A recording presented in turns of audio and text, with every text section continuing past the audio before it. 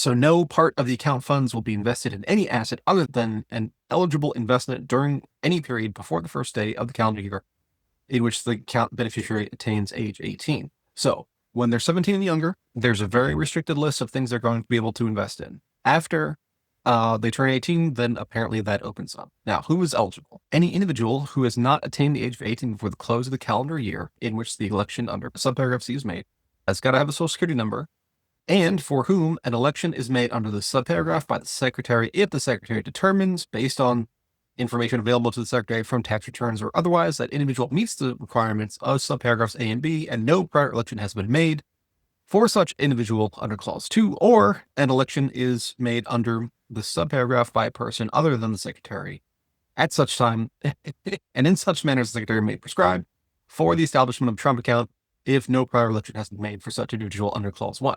So if you're listed as a dependent on your parents' tax returns, that has to be consistent. They got to have a social security number, got to be under 18 as of December 31st of the year in question. So that's who can, open, or who an account can be opened for, because these are trustee accounts, just like all IRAs are. Eligible investment. In general, an eligible investment means any mutual fund or exchange traded fund which tracks the returns of a qualified index, which is defined down here, does not use leverage, does not have annual fees and expenses of more than 0.1% of the balance of the investment in the fund, and meets such other criteria as the secretary may determine. All right, so qualified index is going to be the S&P 500 or any other index which is comprised of equity investments in primarily United States companies and for which regulated futures contracts are traded on qualified board exchange.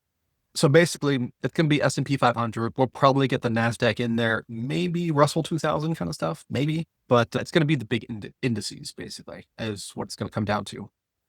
Account beneficiary is going to be the individual on whose behalf the Trump account was established. So here we've defined who can be the beneficiary of the account and what they can invest in. So it's going to be index funds, basically. And it's going to be mutual funds or ETFs. It's going to be primarily S&P 500 type index investments. So I think Vanguard will have a huge market of this. But, all the big brokers will have their own versions. Fidelity and Edward Jones and E-Trade, because they all carry those kinds of products very easily. And then once the account is open, what do you do with it? So the idea is to put money into it, right? It's already mentioned qualified rollovers, but then we also have contributions. No deductions allowed. No deduction shall be allowed under Section 219 for any contribution made before the first day of the calendar year in which the beneficiary attains age 18. So what this is kind of implying is that at age 18, it turns into some kind of traditional IRA, at which point those contributions will be deductible. Maybe. Contribution limits, it's going to be $5,000. Here we go, cost of living adjustment.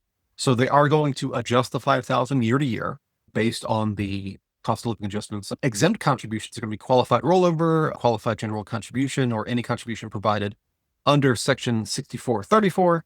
And if you look up 6434, that's kind of your 529s. It's creating that sort of thing. Cost of living adjustments multiplied by cost of living adjustment and year 2026, so on. It's going to be rounded to the nearest $100, which is fine. Timing. So Section 219F3 shall not apply to any contribution made to a Trump account for any taxable year ending before the calendar year in which the beneficiary attains age 18. So while they are minors, you don't get any deductions or anything like